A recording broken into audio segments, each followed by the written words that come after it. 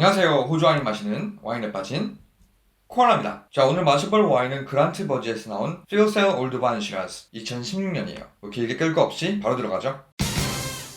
자, 그란트 버지 이 와인 마크는 한국에서도 많이 보신 적 있으실 거예요. 한국에도 많이 수입이 되는 유명한 와이너리죠. 제임스 헐리데이 할배가 무려 11년 연속 5스타를 준 퀄리티 나는 끝장나는 그런 와이너리예요. 별이 5개. 별이 5개. 회사 자체는 1988년에 설립되었으니까 이제 대략 한 30년 넘은 그런 와이너리가 되겠네요. 셀러도어도 바로사에 있고 포도밭도 남부 바로사 지역에 쭉 펼쳐져 있는 그런 와이너리가 되겠습니다. 얘네 와인 특히 시라즈는 일단 보이면은 별 의심 없이 집어드셔도 좋을 것 같아요. 올드바인 시라즈, 즉 오래된 시라즈 포도나무에서 자란 포도로 만든 와인입니다. 고작 30년밖에 안 된 와이너리에서 무슨 올드바인이냐라고 궁금하신 분들 계시겠지만은 이 그란트 버지 아저씨가 자기 회사를 정식으로 차린 게 30년 전이지 이 버지 가족은 1865년부터 무려 5대째 와인을 만들어 오는 가문이에요. 당연히 오래된 포도밭도 있겠죠. 자, 이 와인을 만든 포도나무는 무려 1920년부터 자라기 시작한 나무들입니다. 이제 2020년이니까 진짜 100년이 된 나무들에게서 자란 시라즈로 만든 와인이네요. 다행히도 바로사 지역은 포도나무를 싸그리 말려 죽인 필록세라에서 자유로웠어요. 그래서 이런 고목나무들이 아직도 살아있을 수가 있는 거죠. 신나게 얘기하다 보니까 와인 뚜껑 까는 거 깜빡했네요. 일단 까고 시작할게요. 자, 레이블 보면은 향후 20년까지 셀링이 가능한 무시무시한 와인 중 하나입니다. 한 10년 정도 뒤에 마셔보려고 몇 병 쟁여놓기는 했는데 10년을 언제 기다리나.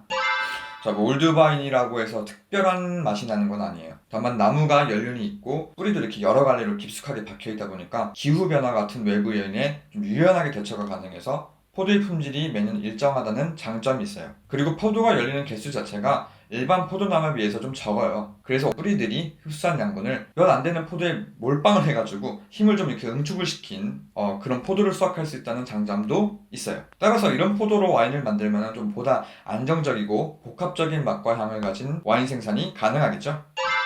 정가는 44불, 실제 마트에서 구입할 수 있는 가격은 대략 35불에서 40불 정도 사이에요. 한국에선 정가가 한 11만 9천 원 정도 한다는데 실제로는 한 8, 9만 원 정도만은 구할 수 있지 않을까 생각합니다. 호주 달러로 한 110불? 안타깝게도 이 와인들이 한국만 들어가면은 몸값이 한 2배에서 3배 정도는 뛰네요. 몸값이 뛰는 이유가 여러 가지 복합적인 이유가 겹쳐서 그런 것이라 누구 한 명 갖다가 싸잡아서 욕할 수 없는 노릇이긴 하지만 이유를 불문하고 소비자들이 내야 하는 값이 올라간다는 것은 변하지 않는 사실이니까 좀 안타깝기는 하네요. 자, 와인을 땄으니까 와인 한번 먹어볼게요. 너는 가 있어.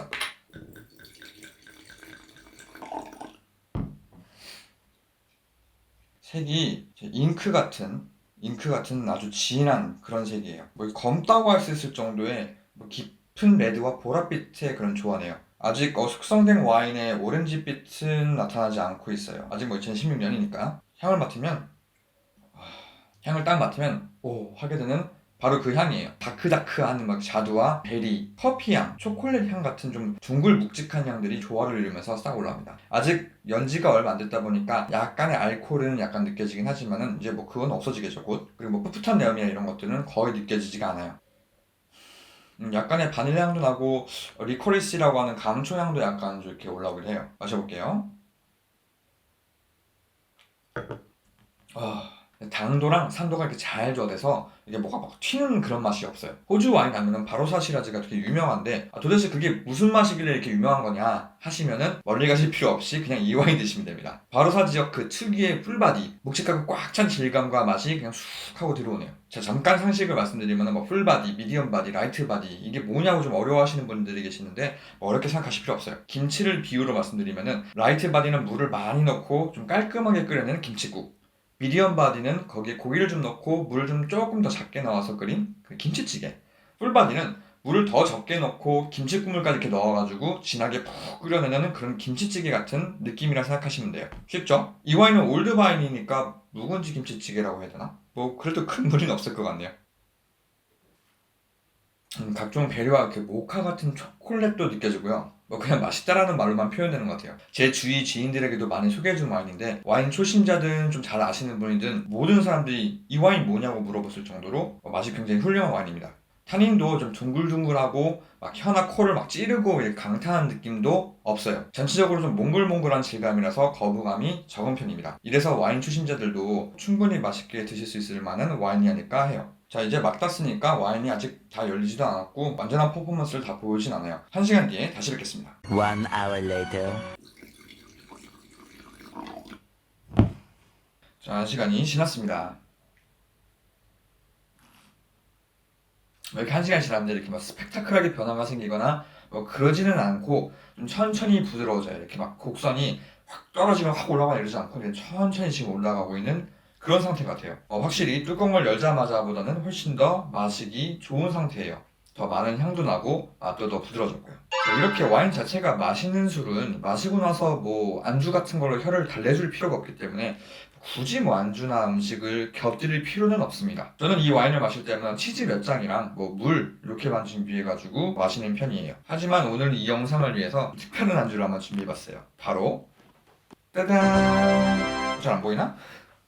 접시에 올려서 시라즈 포드예요. 시라즈 포드. 지난 주말에 와이너리를 방문했다가 한 송이 정도 얻어왔는데요. 시라즈 와인을 많이 마셔봤어도 시라즈 포도를 이렇게 실제 먹을 기회는 이렇게 흔치가 않아요. 일반 포도와는 좀 다르게 알이 좀 작고 껍질이 좀 두툼한 편이에요. 우리가 시라즈에게서 진한 맛을 느낄 수 있는 이유는 바로 이 두툼한 껍질 때문입니다. 먹어볼까요? 안에는 씨가 있고요. 특별한 향이나 그런 느낌은 없이 그냥 포도 그 맛이지만은 상당히 납니다.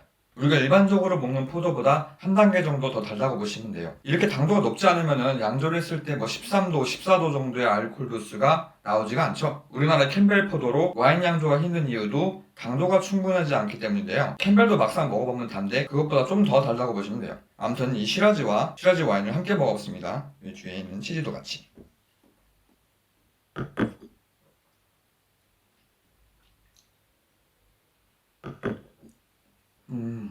이건 실패할 수가 없는 조합이죠. 그냥 하염없이 그냥 푹 앉아가지고 도란도란 얘기하면서 포도 까먹고 치즈 한 입 먹고 와인 한 잔 딱 먹고 밤새 달릴 수 있을 만한 그런 조합.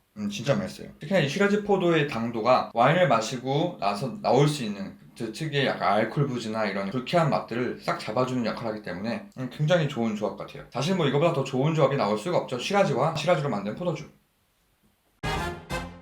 자, 맛과 향이야 다른 훌륭한 시라즈도 많지만은 이 와인만의 특징을 얘기해보자면은 유연성, 좀 포용력이 넓다고 말씀드릴 수 있을 것 같아요. 지금 호주가 여름이다 보니까 온도가 조금 높은 상태인데 그 온도가 좀 높은 상태에서 마셔도 또는 뭐 보관 상태가 그렇게 좋지 않아도 이 와인의 표현력이 크게 흐트러지지가 않아요. 와인 초심자부터 전문가까지 누구나 좋아할 만한 좀 포용력이 넓은 와인이라고 생각합니다. 꼭 한번 드셔보셔야 할 호주 와인 중 하나라고 생각하고요. 혹시나 호주 놀러 오실 기회가 있으시면 부담되지 않는 가격선에서 선물로 사갈 와인을 고르러 간다. 그럼 그냥 이거 집어가세요. 딴 거 보실 필요도 없어요.